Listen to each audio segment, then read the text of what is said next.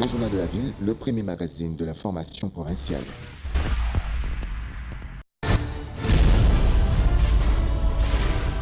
Tout de suite, le journal.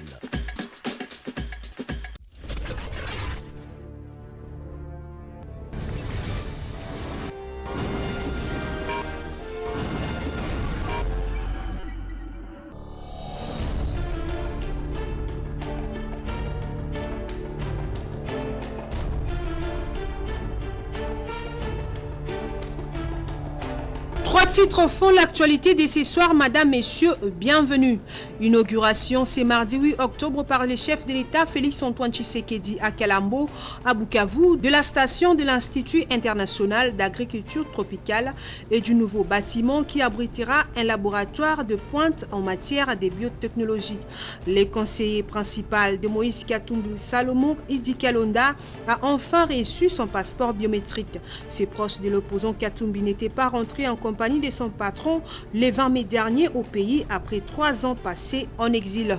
Autre chose, le secrétaire général de l'Union pour la démocratie et le progrès social UDPS, Augustin Kabouya, sera ce mercredi 9 octobre devant la base du parti présidentiel. La gratuité de l'enseignement de base en République démocratique du Congo sera au menu de cette matinée politique prévue au siège de ce parti à Limete.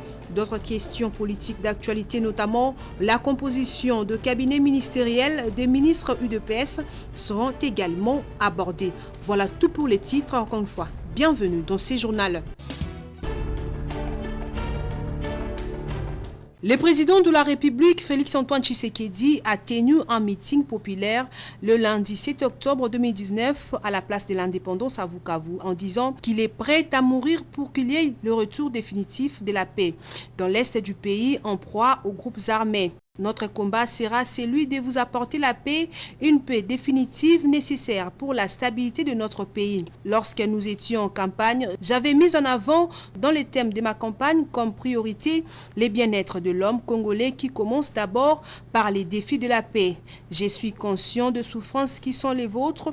Et je n'ai ménagé aucun effort depuis que je suis au pouvoir pour entretenir nos forces armées et tout faire pour que celles-ci soient au top niveau et puissent faire leur devoir qui consiste à imposer la paix dans tout l'ensemble du territoire national. Et cette paix, croyez-moi, je suis prête à mourir pour qu'elle soit une réalité. Je veux la paix et la paix définitive dans notre pays, a-t-il déclaré devant la foule. Plusieurs personnalités dont Vital Kamerhe, directeur de cabinet de Félix Tshisekedi, Gilbert Kankonde, vice-premier ministre en charge de l'Intérieur, ainsi que le gouverneur de province de l'Ituri, du Nord Kivu, du Sud Kivu et du Maniema ont pris part à ces meetings. Rappelons que ce mardi, le chef de l'État Félix-Antoine Tshisekedi va procéder à l'inauguration d'un laboratoire de transformation des produits agricoles à Kalambo. Ce sera en présence de plusieurs invités dont Akinwumi Adesina, 8e président de la Banque africaine de développement BAD.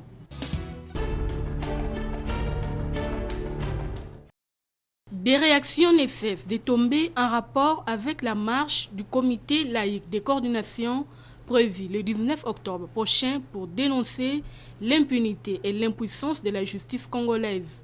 La maison de la société civile, par l'entremise de son coordonnateur, J.R. Swedi, pense que c'est une initiative noble. Cependant, elle ne participera pas à cette mobilisation. L'initiative de CLC, c'est une initiative noble qui vise justement le renforcement du travail de la justice et l'impunité. Mais lorsque cela est fait contre un régime que nous avons tous soutenu, moi je ne vois pas pourquoi est-ce que nous, maisons de la société civile, nous allons participer à cette croisade. Et moi, je pense qu'ici, il est question que nous puissions, en bonne et due forme, déposer nos desiderata auprès de son Excellence, Monsieur le Président de la République, auprès de son Excellence, Monsieur le Premier ministre, pour que, d'une manière pacifique, bien réfléchie, nous puissions parvenir à justement ce que tout le monde souhaite. Quant à la question de la gratuité de l'enseignement de base en RDC, Jean-René Swedi reste positif. Nous demandons à tous les acteurs de la société civile actuellement de donner la chance au pays d'aller de l'avant. Et aller de l'avant, actuellement, la priorité, c'est la gratuité de l'enseignement, c'est la tranquillité, la paix, pour que nous puissions, comme nous l'avons souhaité, un changement, que la population puisse bénéficier de ces changements. Il est à noter qu'à cette même date du 19 octobre, certains mouvements citoyens projettent une marche pour soutenir la gratuité de l'enseignement de base en République démocratique du Congo.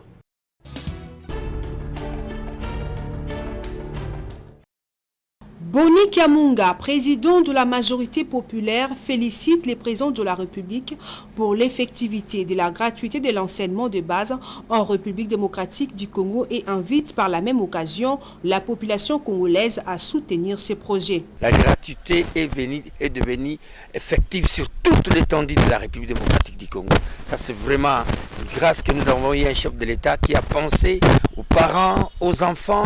Maintenant, les parents sont soulagés. Sont vraiment soulagés. Vraiment, moi, au nom de notre association qui est la majorité populaire de la République démocratique du Congo, nous remercions le président de la République pour cet acte louable qu'il vient de poser pour tous les parents. Le président de la République a appliqué la constitution de la République. Il n'a pas fait ça de lui, il a appliqué la constitution de la République, madame. Et comme il n'y a plus de grève, les enseignants vont être très bien payés et les parents seront soulagés maintenant. Les choses vont bien marcher. Moi, je pense que j'invite toute la population de Kinshasa, toute la population de la République démocratique du Congo, de soutenir M. Félix Antoine Tshisekedi Tshilombo, le président de la République, pour l'application de la Constitution sur la gratuité de l'enseignement, madame. Concernant la création de Monseigneur Ambongo comme cardinal, ces derniers s'est dit content du déplacement qu'a effectué le chef de l'État pour cette cérémonie à Rome, tout en confirmant son soutien total au nouveau cardinal. Nous félicitons le président de la République pour cet acte d'humilité, de dire ça c'est mon fils, il vient d'être élevé cardinal, je dois être là, je dois l'honorer, le président est parti. Ça, ce sont des gestes à applaudir. Celui qui est contre ça, donc il n'est pas congolais. Vraiment, nous tous, nous sommes derrière Monseigneur Ambongo et Monseigneur Ambongo et l'Église catholique doivent soutenir les actions du président de la République.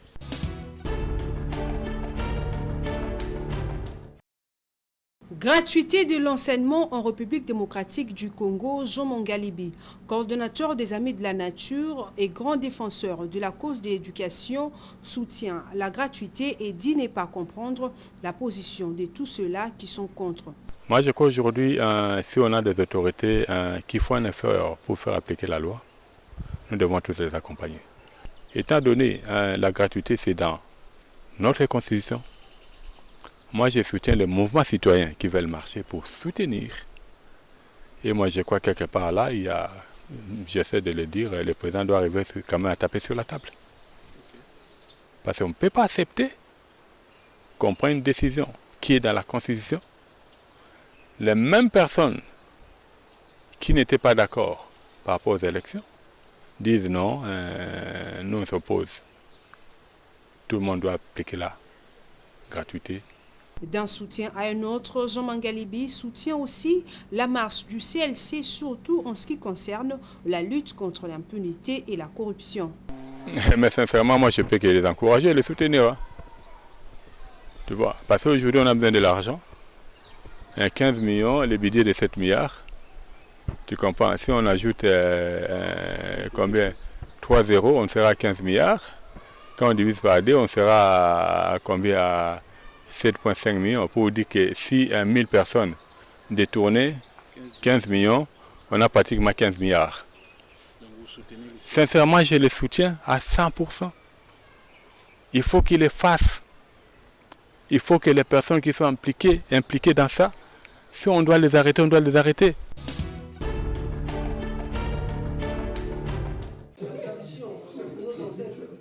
Le conseil urbain de l'association sans but lucratif Banaking s'est réuni à Kinshasa pour les préparatifs des 30 ans de cette structure.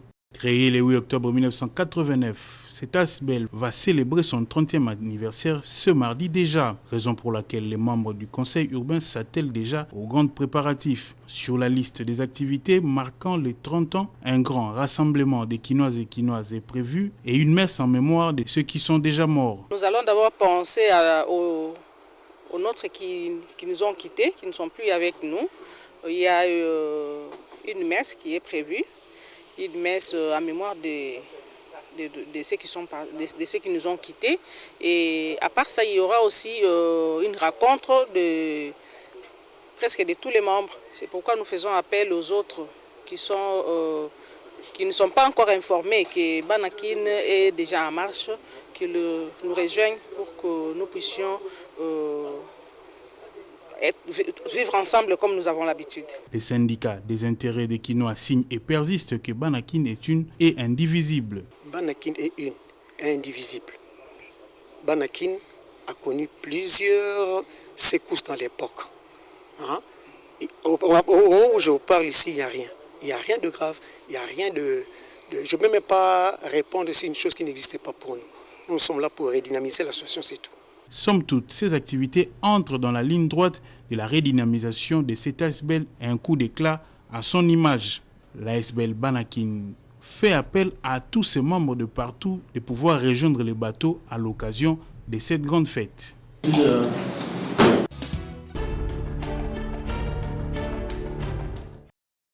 Une tête d'érosion menace les avenues du parc et de l'avenir dans la commune d'Ngalema, au quartier qui abrite la résidence officielle du Premier ministre. 2 missions ont déjà été dépêchées par l'entreprise grecque et l'Office de voirie et drainage, l'OVD, en 2017 et 2018, au croisement des mêmes avenues pour trouver une voie de sortie aux dégâts que ne cessent de causer les eaux de pluie dans ces quartiers qui abritent également les écoles Lupio et Aurore vers l'avenue Colonel Munjiba en face de l'ambassade du Gabon. Les promesses de renforcer les caniveaux sont restées lettres mortes et pire encore, les quartiers sont en train de pousser au bord du fleuve alors que le ministère de l'Urbanisme avait sommé les riverains au bord du fleuve de ne pas fragiliser le lieu. Et cette érosion est due à un écoulement d'eau, un mauvais écoulement d'eau qui en fait vient sur 5 axes au croisement de l'avenue de l'Avenir et l'avenue du Parc ici à Ngaliema. En fait, il y a 5 axes d'eau qui viennent de l'avenue du Parc et l'avenue de l'Avenir. Et ces 5 axes passent dans un caniveau, c'est vers le fleuve, dans un caniveau qui passe dans la parcelle. Les 5 axes, le caniveau se trouve à ce niveau. Et à l'arrière, auparavant, il n'y avait pas d'habitation. Et depuis on a construit des habitations, le caniveau passe en dessous de la piscine du monsieur ici qui est à l'arrière. Ce monsieur a construit au-dessus d'un collecteur d'eau qui a 2 mètres de hauteur et une largeur de 2,50 m à 3 mètres. Si bien que maintenant, ici, entre la jonction ici, il y a un bouchage qui s'est fait. Et à ce moment-là, l'eau s'est infiltrée entre le mur et la pelouse et a commencé à créer des poches d'air, si bien qu'on a eu cet éboulement. L'OVD à qui revient la responsabilité de gérer la voirie doit faire preuve de diligence pour assurer le curage et la bonne évacuation des eaux dans les caniveaux pour ne pas multiplier les zones d'érosion dans la capitale.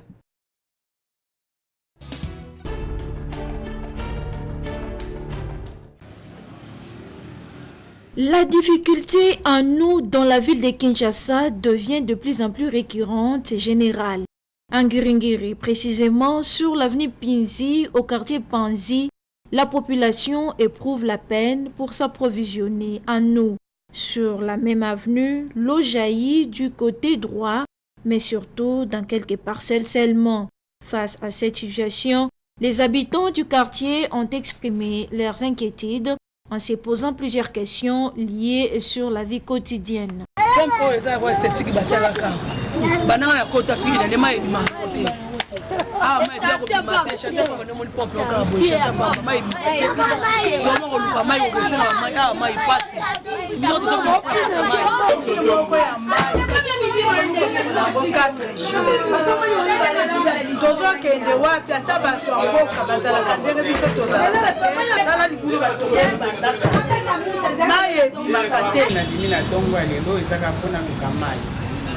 Moment où tous les gens na lopango mais ma ebima te to bengi yango losi la vie et maintenant bozo privé biso vie to expliquer ngo ndenge ni to sukola ba légumes na mai moko eza kitoko te ezokoka kutu te mpo sukola légume, c'est tout un problème. Alors biso ba maman tozotambola tozosukola comme il faut te. Maman il faut sukola 3 fois par jour. Et maintenant na éviter to sukola combien de fois avec quantité ni ya mai. Pourquoi? Parce que mai ezate. Qu'en est-il alors du programme d'urgence des 100 jours du chef de l'État? En tout cas, l'avenir nous en dira plus.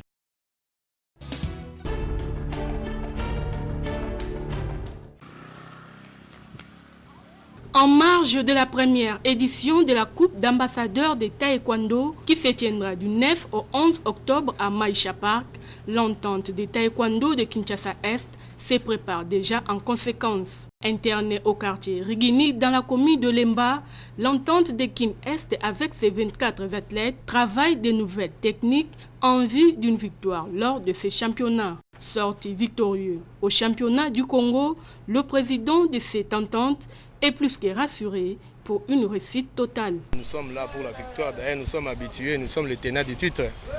Je crois que nos amis de Kin-Ouest et les autres là doivent beaucoup travailler parce que je crois vous voyez vous-même les athlètes que nous avons.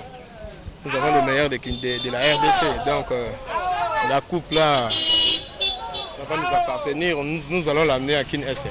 Moral au zénith, le directeur technique et les athlètes se disent prêts pour affronter ces tournois et demandent aux adversaires de se préparer en conséquence. Le moral est haut, les athlètes sont prêts, donc nous attendons que le jour J.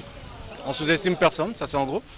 Et l'adversaire c'est pas un ennemi comme on le dit, mais sauf bon, on sait que de l'autre côté, à gauche à droite, il y a des bancs, mais on arrange tout ça pour rafler un peu des médailles d'or comme on veut.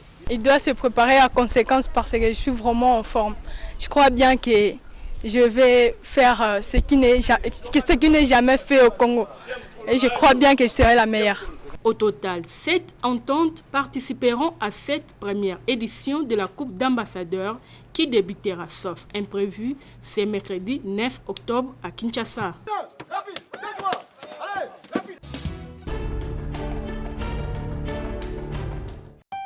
La succession du fait Dr Mwanampu procède à la vente de la villa familiale qui se trouve sur l'avenue du Congo numéro 40 au quartier d'Elvo dans la commune de Ngaliema. La villa comporte 8 chambres, 2 salons, 2 cuisines, 6 salles de bain, un annexe de chambres, cuisine et une salle de bain, avec un parking intérieur pouvant contenir 15 voitures.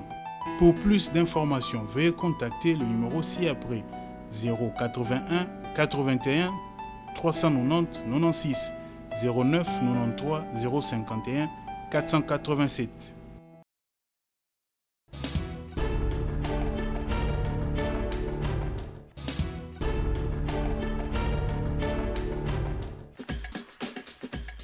Madame, Messieurs, c'est par cette note sportive que nous mettons un terme à cette session d'information du Journal de la Ville. Merci de l'avoir suivi.